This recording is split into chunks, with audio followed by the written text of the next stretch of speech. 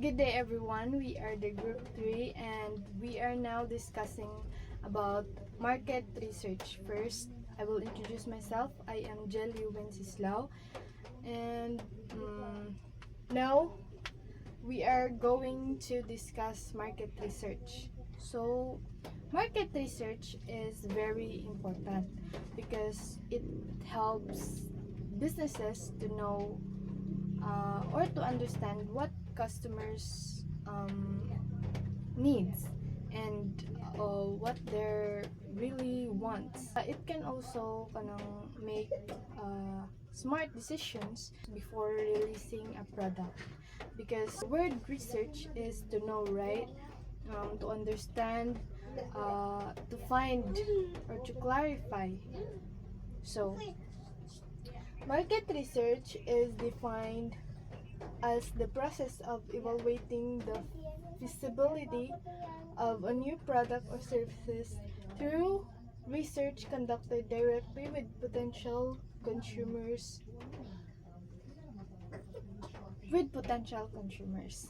So as I said, as what I've said, market research means studying what consumers needs, right? Customers needs and wants. So market research means studying what customers needs or wants.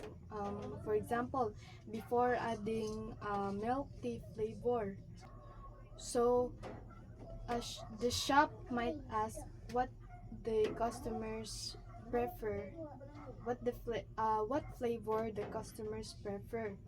So uh, it is called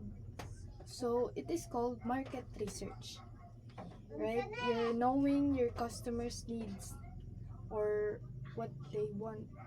That's called market research. So it is the process of collecting and analyzing information about consumers needs and preferences to help businesses make better decisions. So purpose aning market research is to understand the target market and to also test a new ideas and help business make informed decisions. For example, a clothing brand does market research to find out what style teenagers prefer for their next fashion line. Right? Like kanang unsay mga uso-uso karon nga kuan ba mga sinuluban samot na sa mga Gen Z. Then it can be done through deploying surveys, interacting with a group of people, also knowing a sample, conducting interviews, and other similar processes. So, market research can be done by doing survey people, like kanang magkuan sila og mga um, forms or kanang mga ansiranan ba sa mga people, and interviews. It can be through interviews, like mga tana sila sa mga tao if unsa man jud ilang mas prefer or what are their needs and wants, or unsa man suggestions or what. So that's called market research. So the primary purpose of conducting market research is to understand or examine the market associated with a particular product or service. See, it also to decide how the audience will react to a product or services. See, you will know what are the feedback of the customers, or what are their comments, their suggestions, or how will they react. So you will know, and that's called market research. And the information obtained from conducting market research can be used to tailor marketing or advertising. activities or to determine what are the future priorities, services, requirements, if any, of consumers. Market research help companies design better advertisements, improve their products, and avoid business risk. For example, before releasing a new phone, companies check what features people really need. Like the iPhone, they know na kanang mas kuan jud basta nindot og camera, nindot og quality. So they improve it. That's called market research. So overall, market research helps businesses understand their customers, make smarter choices, and succeed in the market. And that's all. Thank you. So there are three objectives of market research. A market research project may usually have three different types of objectives. So the first objective is the administrative. Help a company or business development through proper planning, organization, and both human and material resource control, and thus satisfy all the specific needs within the market at the right time. So the purpose of administrative objective is to help the business plan and organize properly. So it focuses on how the company manages its resources like money, works, materials to meet customer needs at the right time. So good planning means the company can provide the right product or service when people need it. So for example, a clothing brand studies which types of clothes are most popular for the upcoming season. With this info, they plan production early so they have enough stock ready. So the second objectives of market research is social. Social means satisfy customers' specific needs through a required product or service. The product or service should comply with the requirements and preferences of a customer when it's consumed. Let's talk about its purpose, no? So it is mentioned that the purpose of social objectives in a market research is to satisfy the needs and wants of the customers. So this means creating products or services that people actually like, want, and are willing to buy. So for example, a restaurant surveys customers and finds out that they want healthier food options. So the restaurant adds salads and low-calorie meals to the menu. So nagpasabot ni na product should match the customer's expectation. For example, quality, price, usefulness, etc. So maghatag kog example. So may nilabay na FYP about facts about Japan. So sa Japan, ang ilang mga food dito like anang chicheria baron or noodles anang ara sa 7-Eleven mga foods is kuan gazod anang diba anang sa gawas sa nang makaon ara manay pictures no o names nga food. So ang ila kuan ngadto is kung unsay ara sa picture amulat ng ara sa food sa itong makaon.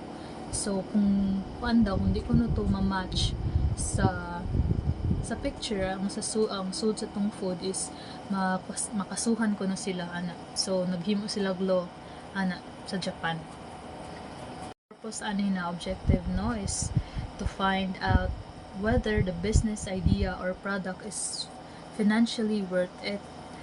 This helps the company see if it can succeed or if it might lose money. So atong hunahunaon kung sakto ba nato idea makatabang ba ni sa ato business. So atong pagmaazo. So kung So ang maresulta na kung ato na una-unaon is it will reduce risk before spending too much on a new product or service. So di ka magbasol or di ka magbasol sa imo na kuan na buhat or imo idea nga gi gi-apply. So for example, so before opening a new coffee shop, the owners research if the location has enough customers who like coffee and if they can make a profit. So usa ka maghimo og business o magpatukod og business, kailangan kay bawo kahayan ka magtukod ana kay, for example, adto magtukod ka nga to sa kuan sa mga wakazoy tao, mga kakahuyan, mga kuan dito, tas kuan anang wakazoy mga tao, so wakazoy mo palit, wakazoy mo bisita nga dito, so wala gyapon na punta ra to sa waste or palpak ang iyong pagkaplano. So aton gusud na una kung hain ta maghimo gatag plano usa ta magtukod og business, so importante ka magplano. Let's move on to economical objectives. So economical objectives determine the economical degree of success or failure a company can have while being new to the market. So, or otherwise, introducing new products or services and thus providing certainty to all actions to be implemented. Why is market research important? Conducting research is one of the best ways of achieving customer satisfaction and reducing customer churn and elevating a business. And here are the reasons why market research is important and should be considered in any business.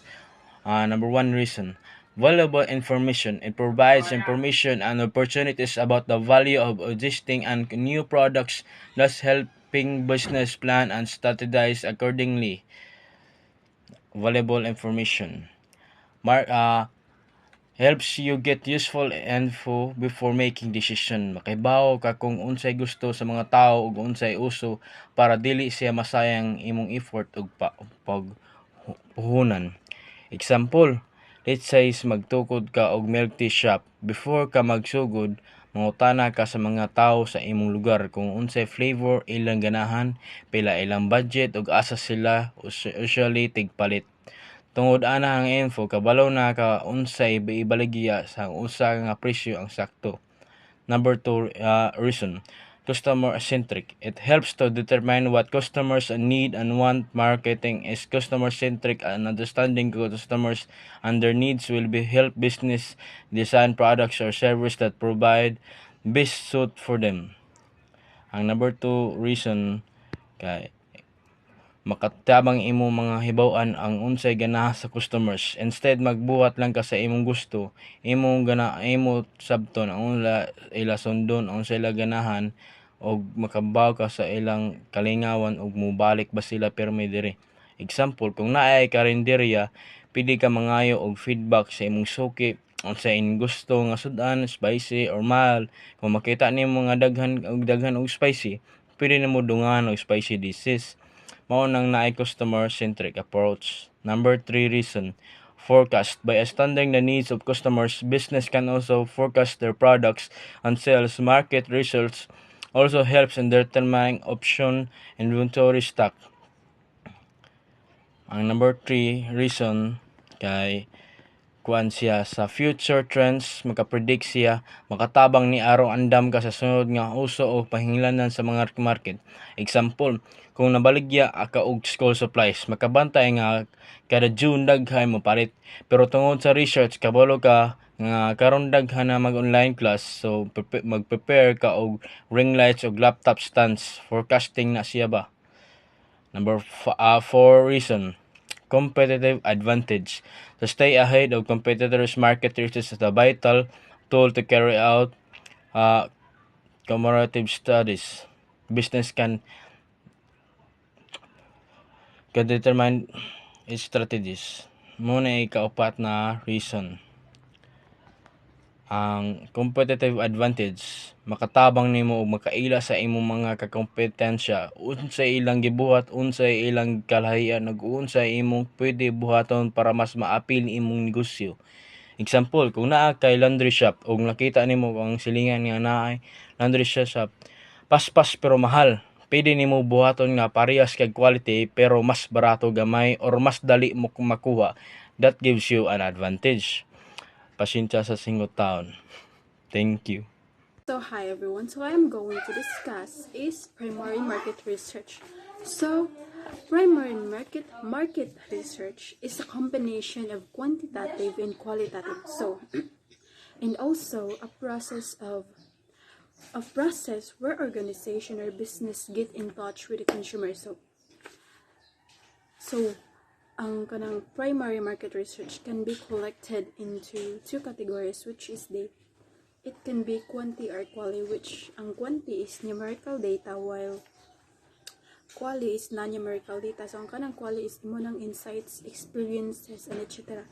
So ang primary market research is a method or strategy sa usa ka business to understand the needs and preferences of a consumer of a specific product or service, and it is important para ma-aware ta kung unsay angayan usbon sa usa ka product or service and need i-enhance para need i-enhance. So in conducting primary market research, so makagather sila og two types of information, which is exploratory and specific. So ang exploratory guys is kanang kuan siya kanang a research conducted nga mo investigate siya og problem that is not clearly defined law, wa pa siya na define, and then and has been or under investigated and kanang kuan sad siya kanang wa pa gid nasabtan og tarong, like poorly understood.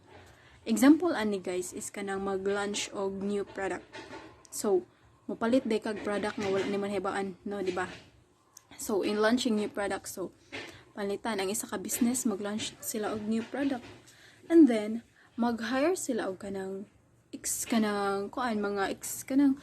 na gani, like focus groups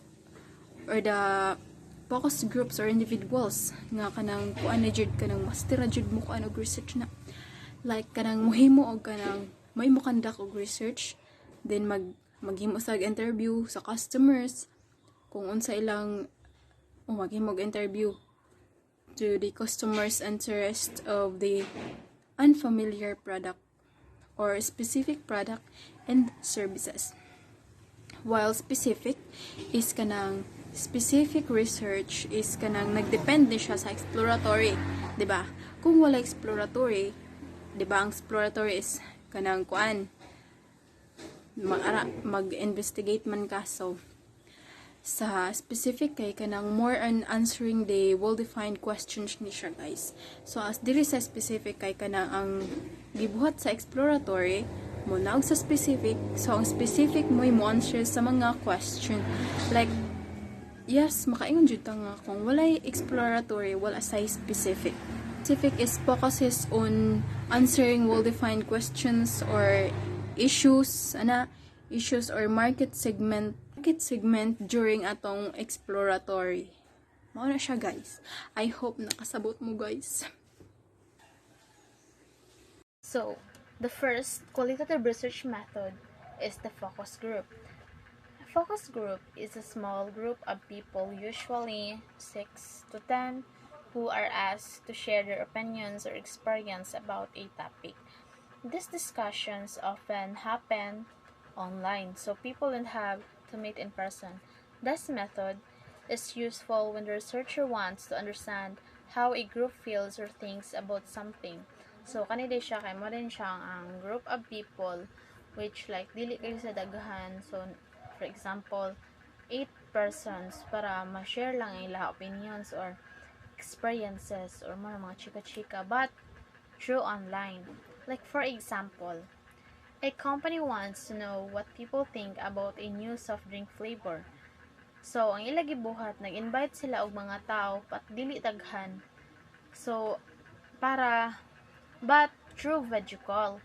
And nangutana sila og mga questions like unsay ila ganahan about sa taste, or unsay ila ganahan mga suggestions para ma-add ani, or mapalit ba sila balik ani.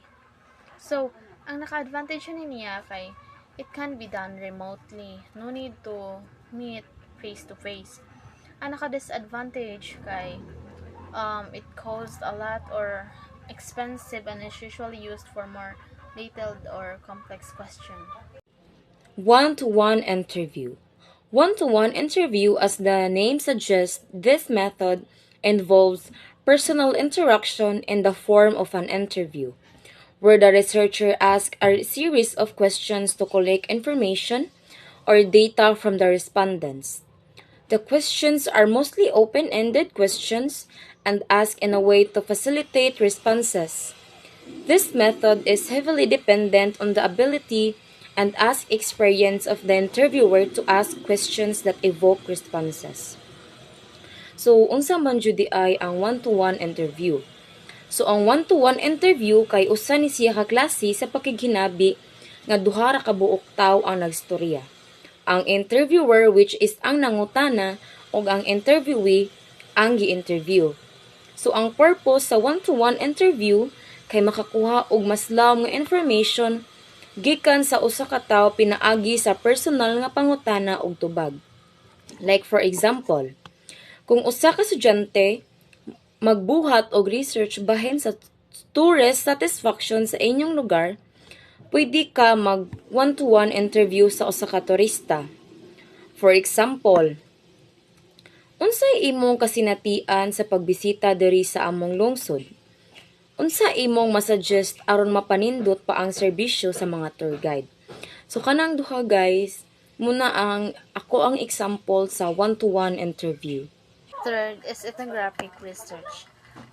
It is a method used by researchers to learn about people's lives, cultures, and behaviors by spending time with them in natural, everyday surroundings.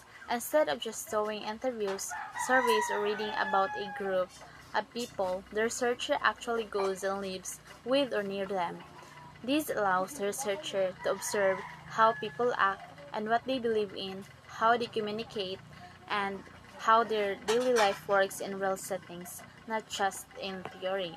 So, for example, usa ko ka researcher, gusto na ko ang makasabot sa culture.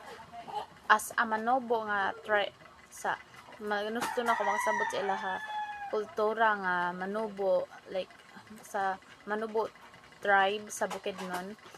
Imbes nga magpadala ko og mga surveys or interviews nga gikan sa layo, ako mismo ang mopuyo sa ila for 1 year para ma-experience na ko ang mga things nga unsa ila ginabuhat dito in everyday or daily life.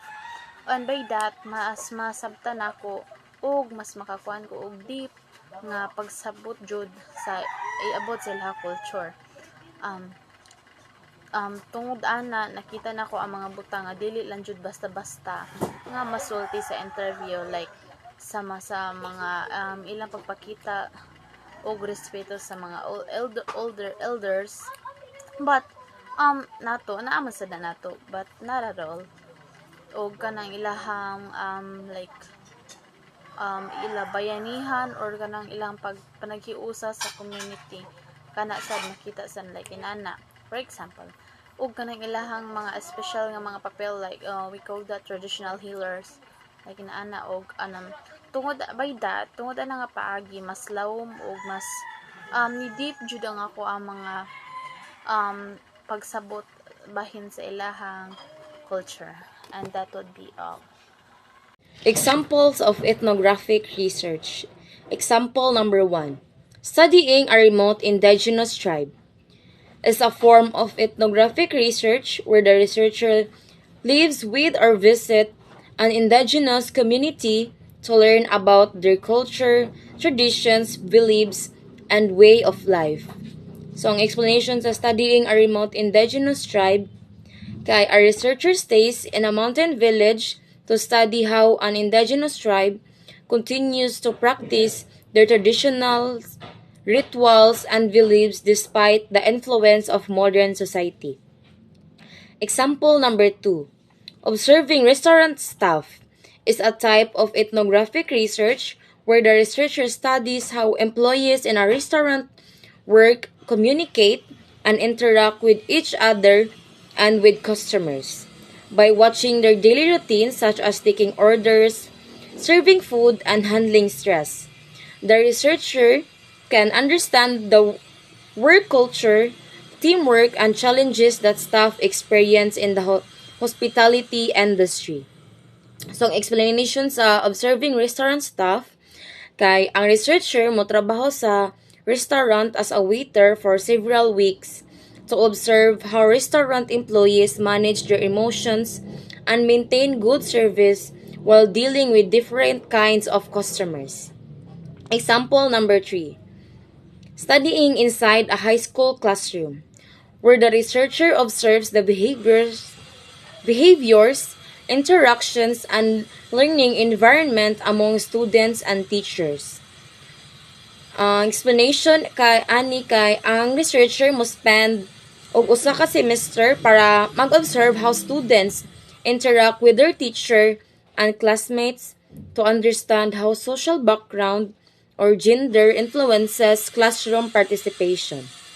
Example number 2. Studying life in an urban street market, where the researcher observes interacts with vendors, buyers, and workers in a busy city marketplace. Ang goal nila is to understand how people earn a living, communicate, and build relationships in this environment. It also explores how vendors deal with challenges such as competition and authorities.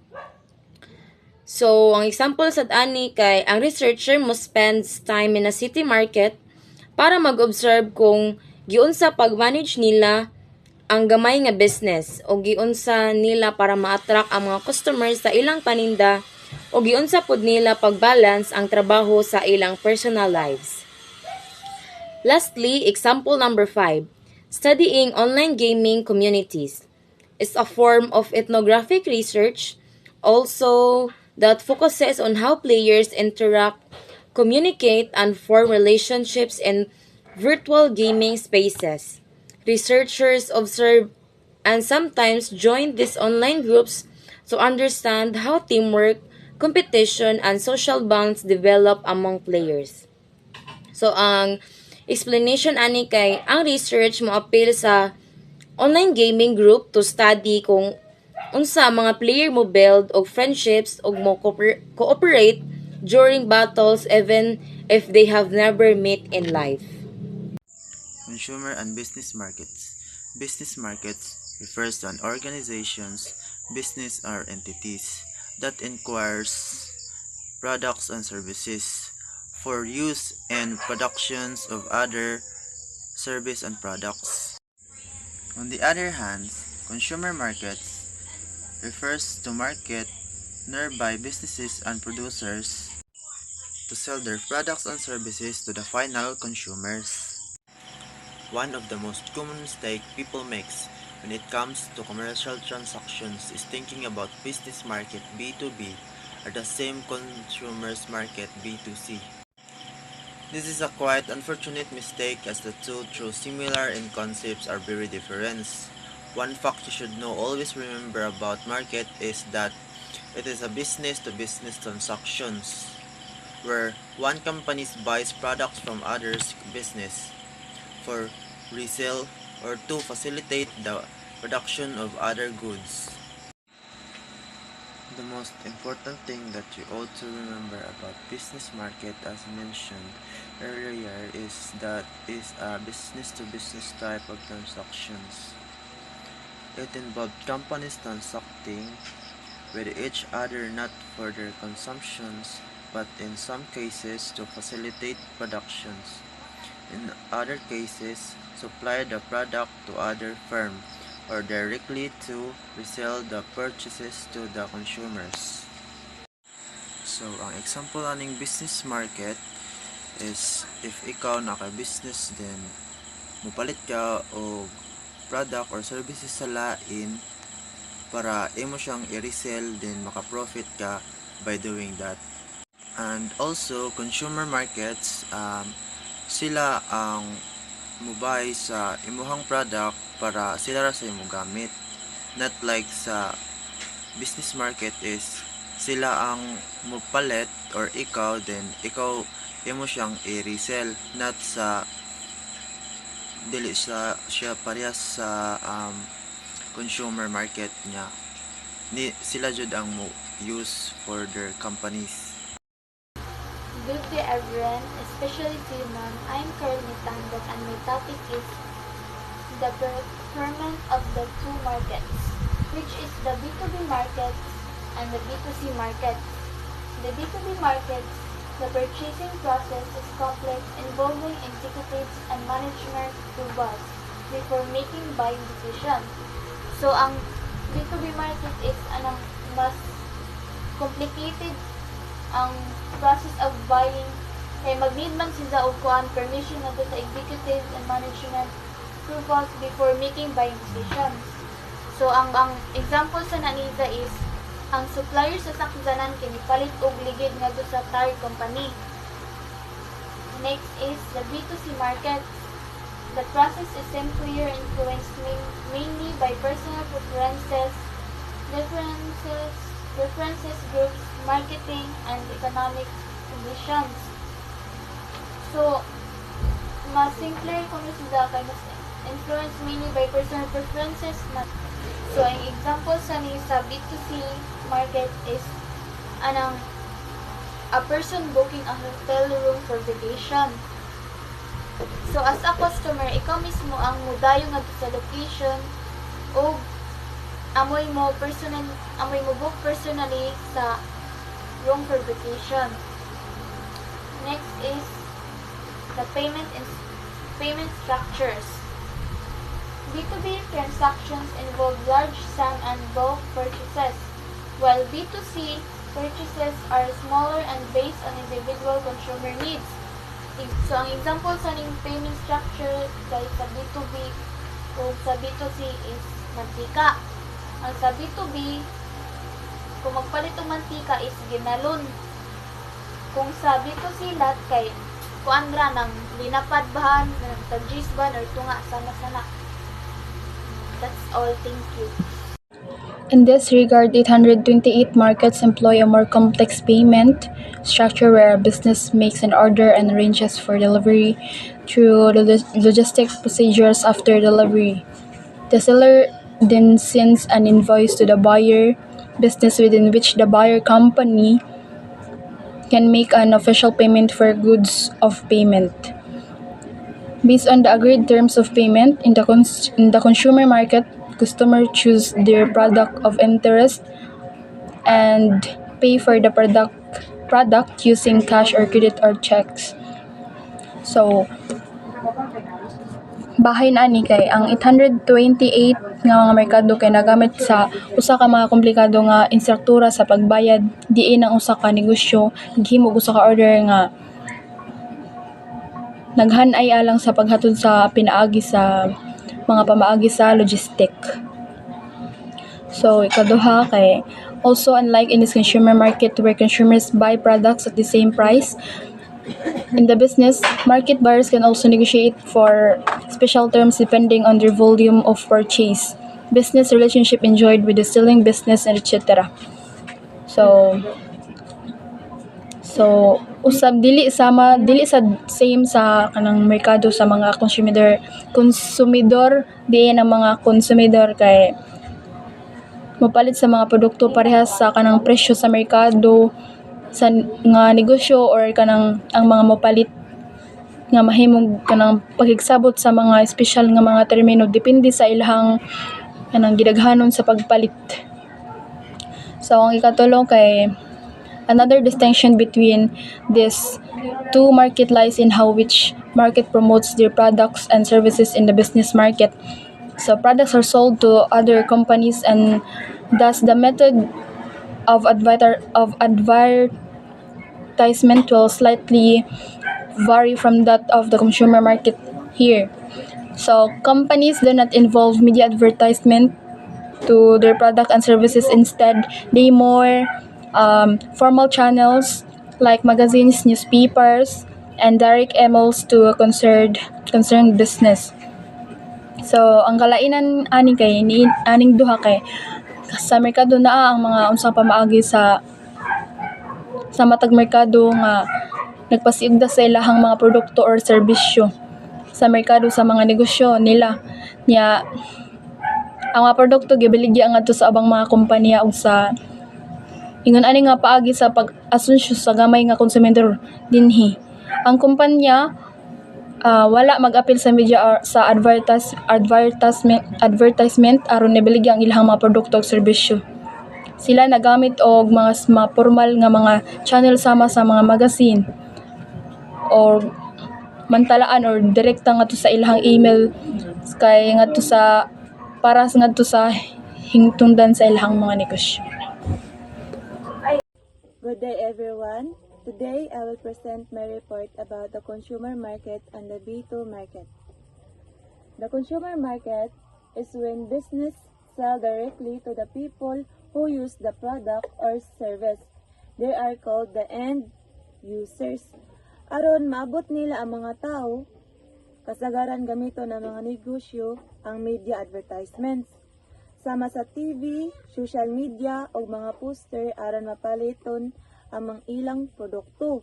Panalitan kay kanang kung ang mga research sa Camotes Islands mag-post sa Facebook o TikTok aron makadani og mga turista kana mao ang consumer market.